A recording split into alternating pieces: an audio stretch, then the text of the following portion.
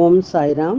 ஸ்ரீ சாயின் ஆசீர்வாதத்துடன் ஸ்ரீ கோவிந்த் ரகுநாத் தபோல்கர் என்ற ஹேமாத்மன் இயற்றிய ஸ்ரீ சாய் சச்சரித்திர கிரந்தத்தின் அடிப்படையிலே தொகுத்து மூல மராத்தியிலே விரிவுரையுடன் இயற்றிய தைந்தின் சாயிபோத் பேராசிரியர் டாக்டர் சீதாராம் கணேஷ் தேசாய் அவர்கள். இந்த நூலின் தமிழ் மொழிபெயர்ப்பு ஸ்ரீ சாயின் தினசரி ஞான போதனை தொகுத்து வழங்குபவர் டி.ஆர். மாதவன் அவர்கள். ஸ்ரீ சாயின் இன்றைய ஞான போதனை. அத்தியாயம் 25, ஓவி 44. அவனுக்கு பதில் சொல்லுங்கள். உன் வீட்டில் உனக்கு என்ன குறைவுள்ளது?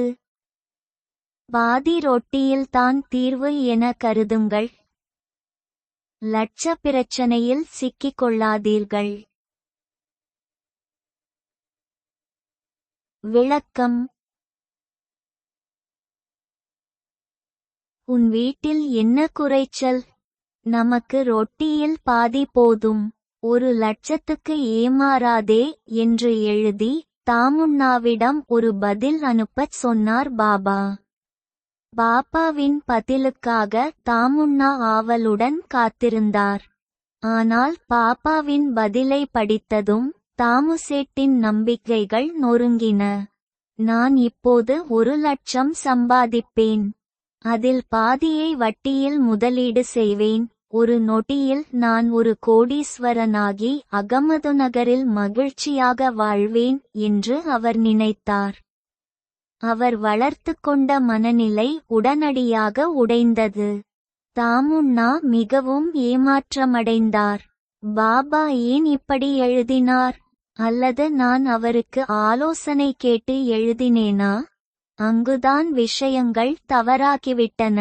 நான் எனக்கு ஒரு தீங்கு செய்துவிட்டேன் என்று அவருக்கு கொடுக்கப்பட்ட தட்டை உதைத்துவிட்டு சுற்றி பார்த்தார். பாபா தனது பதிலில் மேலும் எழுதினார், பார்ப்பதற்கும் கேட்பதற்கும் வித்தியாசம் உள்ளது. காதுக்கும் கண்ணுக்கும் வித்தியாசம் உள்ளது.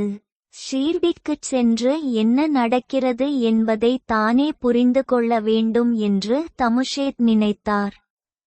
அது அவருக்கு நன்மை பயக்கும். பாபா ஒப்புக்கொள்ளலாம். அதன் பிறகு சேச்சி ஷீர்டிக்கு புறப்பட்டார். தாமு அண்ணாவும் இந்த தொழிலில் பாபாவின் பங்கை நானும் எடுத்துக்கொள்ள வேண்டும் என்று நினைத்தார். அவர் பாபாவின் பாதங்களை மசாஜ் செய்து அமைதியாக பிரார்த்தனை செய்தார். சாயிநாத், இந்த தொழிலில் நீங்கள் எனக்கு உதவி செய்தால் லாபத்தில் ஒரு பகுதியை உங்கள் காலடியில் வைப்பேன். ஆனால் சீடரின் நன்மை குருவுக்கு மட்டுமே தெரியும்.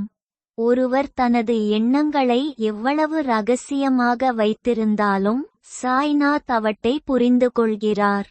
ஒரு குறிப்பிட்ட பக்தரின் பிரச்சினைகளை அவர் தீர்க்கிறார். ஒரு தாய் தனது குழந்தைக்கு கசப்பான உணவை ஊட்டும்போது அது குழந்தைக்கு கசப்பாக மாறும். ஆனால் அதன் பலன்கள் சரியான நேரத்தில் அறுவடை செய்யப்படுகின்றன. ஒரு தாய் மட்டுமே ஒரு தாயின் சமிக்ஞைகளை புரிந்து கொள்கிறார். தாமு அண்ணா ஒரு பங்கை கொடுத்தாலும் தங்கத்தையும் செல்வத்தையும் தூசியாக கருதும் பாபா கொஞ்சம் ஏமாற்றமடைவார். ஏழைகள் மற்றும் துயரத்தில் உள்ளவர்களின் இரட்சிப்புக்காக மட்டுமே துறவிகள் இந்த உலகில் அவதாரம் எடுக்கிறார்கள். எண்ணங்களும் விருப்பங்களும் மனதின் இயல்பு.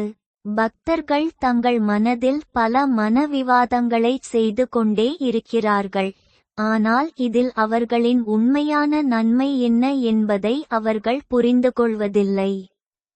இதுபோன்ற சமயங்களில் பக்தரின் இதயத்தை புரிந்து கொள்ளும் ஸ்ரீ சாய் பாபா சரியான வழிகாட்டுதலை வழங்குகிறார்.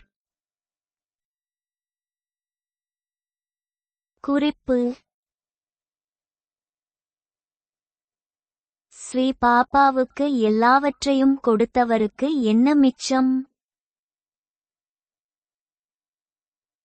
ஓம் சாயிராம்.